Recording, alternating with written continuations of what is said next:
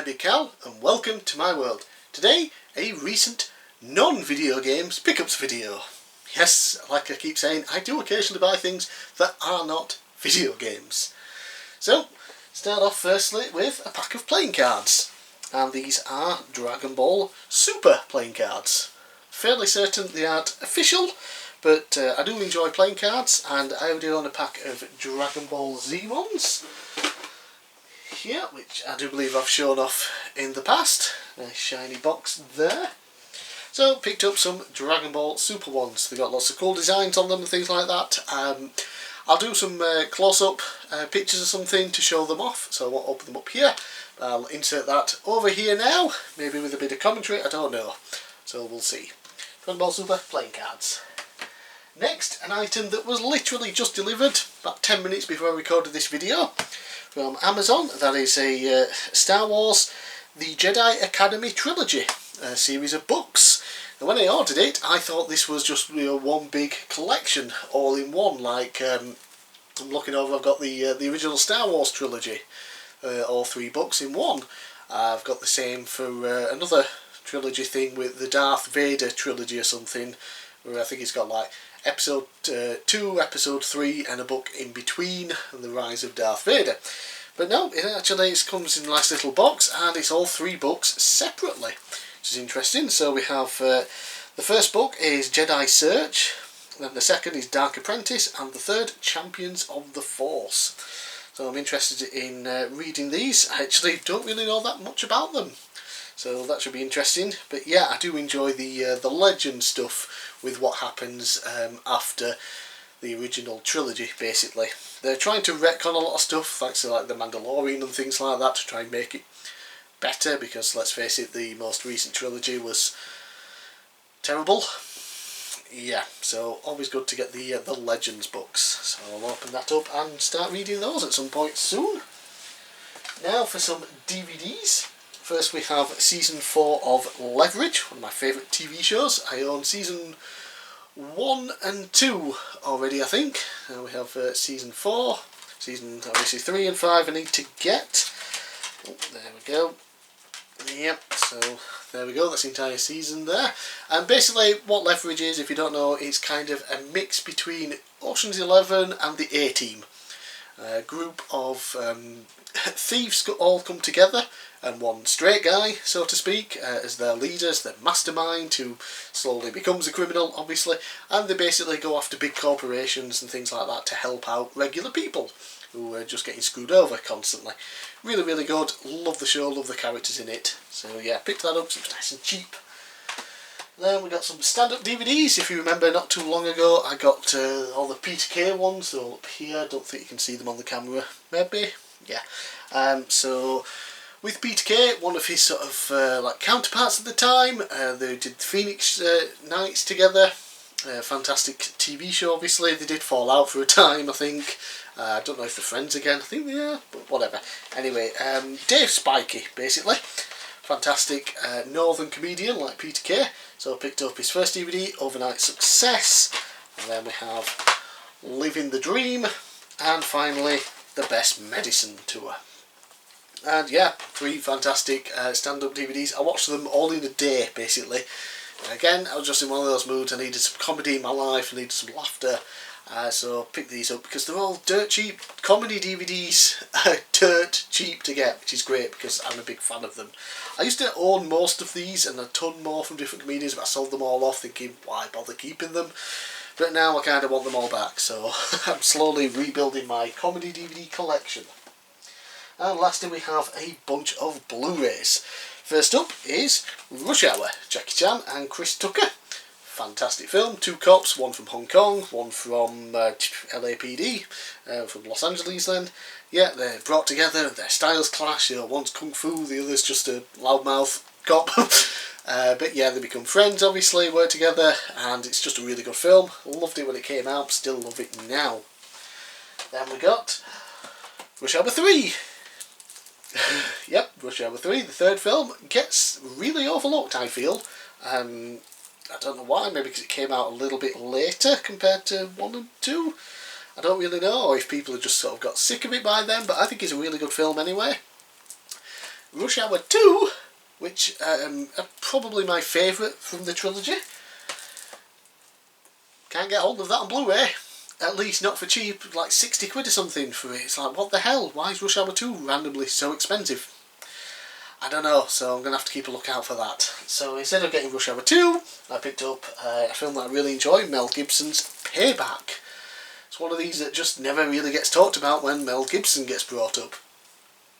Although these days when Mel Gibson gets brought up, it's usually not about his films. But yeah, enough of that. Payback, like I said, is one of my favourite films from Mel Gibson that just never gets talked about. Basically, he's a bad guy. He's a criminal, a thief, whatever. And he pulls a job with his friend and his girlfriend, I believe. And it's a 80 grand that they get. And obviously they're going to split it between the two of them. So he's supposed to get 40 grand. Instead he gets shot and they leave him for dead and steal all his money. Yeah, does not go down well with him. Turns out his friend needed that money to basically buy in to the outfit in Chicago. You know, the mafia down there. So he becomes a member, but Mel Gibson's character is determined to get his money back, his 40 grand. It's funny because everyone keeps mistaking it for the full amount, the 80 grand. He's always like, no, just half, I only want what's mine. But then everyone's like, what, you're only doing this for 40 grand, are you mad? It's like, it's my money, I want it. And no one, it seems to just want to hand over this 40 grand, and because of that he goes on a rampage murdering a ton of people. Like I said, he's not a nice guy. He does some okay things in the film, but yeah, he's definitely still a villain. And he just wants his money back that his friend stole from him. Yeah, it's a really, really good film. I thoroughly enjoy it. Right, so the last video I got a Stallone Collection, a 3-disc one. And this time I got a 5-disc Stallone Collection right here on Blu-ray. And this has Cobra, Assassins, Tango and Cash, The Specialist, and the reason I bought it, Demolition Man. One of my all-time favourite films. I think it's my dad's absolute favourite film. So much fun, him and Wesley Snipes in the future, everything's changed, and yeah, it's just seeing these two characters interact with how the future is, and each other of course. One's a cop, one's a villain, and it's just great fun. And I think the only other film out of these that I've seen is probably Tango and Cash when I was younger. I don't remember much about it. So yeah, looking forward to going through all these other films that I haven't seen yet. And of course I've already watched Demolition Man when I got it because it's Demolition Man and it's awesome. Another film that I watched just after I got it, was really in the mood for watching it, thought why not, pick it up, it's cheap. And that is Reservoir Dogs, which I believe is the only film from, what do you call him? What's his name? I literally cannot remember. Quentin Tarantino, there we go. I think it's the only film from him I've actually seen. It's the only one that's ever really interested me. I watched it years ago, enjoyed it, so grabbed it here, and it still holds up really well. Nice and violent, cool story, lots of interesting characters. Next we have the original Terminator film. I don't own this on Blu-ray yet, so I figured why not, add it to the collection. But it is weird that it's only a 15 rating. I remember back when I had Terminator just on DVD, and it's in the other room. It's in the other room somewhere, in the pile of my DVDs, and it's an 18 rating. So I don't know if that the rating certificates have changed, so what was an 18 back then is no longer an 18, or if they've edited bits to make it a 15, which would not be very good. I couldn't find any information about that. So hopefully that is not the case. I don't want anything missing out. But yeah, original Terminator on Blu-ray. Another film I was interested in seeing again, so picked it up and grabbed it, and that is The Untouchables. Really, really fun film. Obviously about Elliot Ness and his group of The Untouchables who went after Al Capone back in the days of Prohibition. And of course they got him on tax evasion of all things. Well, you know, it did the job. So yeah, obviously a lot of what's in the film is complete and utter bullshit, but it makes for an interesting film anyway. So I really enjoyed that still. One of my favourite, somewhat forgotten Arnold Schwarzenegger films now, Raw Deal. I originally had this on the DVD box set, which is where I first saw it, loved it, so got it again. Basically, Arnold Schwarzenegger used to be in the FBI, but he's one of those, you know, crazy outside the lines guys, and ends up, you know, getting fired and having to move out of, you know, big New York City with all the money and the glitz, the glamour, to some, you know, little nowhere state where he becomes the sheriff and nothing ever happens really, until something happens with a big mob group in New York, and his old supervisor, whatever, basically comes and offers him a job, off the books of course, to infiltrate the mob and take them down for him. Really great film with Schwarzenegger, you know, playing a bit of an arsehole and a mob guy going undercover. It's good stuff, good stuff. And lastly we have season 1 of The Blacklist, starring James Spader, who is just tremendous. Raymond Red Reddington, the most wanted guy on the FBI list, turns himself in the first episode, but will only speak to a agent who is just having her first day. So right away it's like, okay, what's the connection between these two? That's the ongoing thing. There's lots of different reveals and stories and outcomes and twists and turns. Really, really, really good. They're currently on the 8th season now. I started watching this a couple of months ago. We were in lockdown still, so I thought I need a new TV show to watch. Gave this a go, loved it. Now I'm caught up to where we are currently with season 8. Getting hold of it on Blu-ray, exceedingly difficult. I can't find all of the seasons to buy, and the few that's out there apart from season 1 are incredibly expensive. I don't know why this is. Stop it. I like physical media. Give it to me, and cheap, you bastards. But yeah, Blacklist, obviously, what he does when he talks to the FBI, he signs a deal where he becomes an informant basically, and he has what's known as the Blacklist, which is a list of all these insane criminals that the FBI don't even know exist because they're that well hidden. So every episode is kind of, you know, you've got the whole formula thing of each episode about a different blacklister. So okay, here's the blacklister, this is what they do, let's try and catch them. And you know, you've got the basic formula down, but it's always well done. You've got twists and turns, like I said, interesting character development, plot points, and yeah, it is a tremendous show, and James Spader is just out of this world.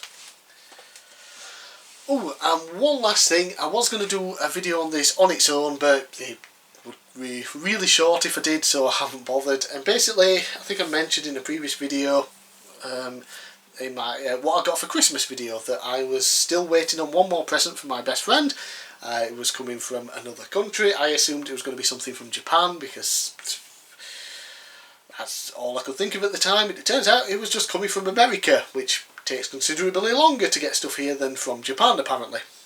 But it finally arrived, so I'm going to show it off on camera now. And there we go.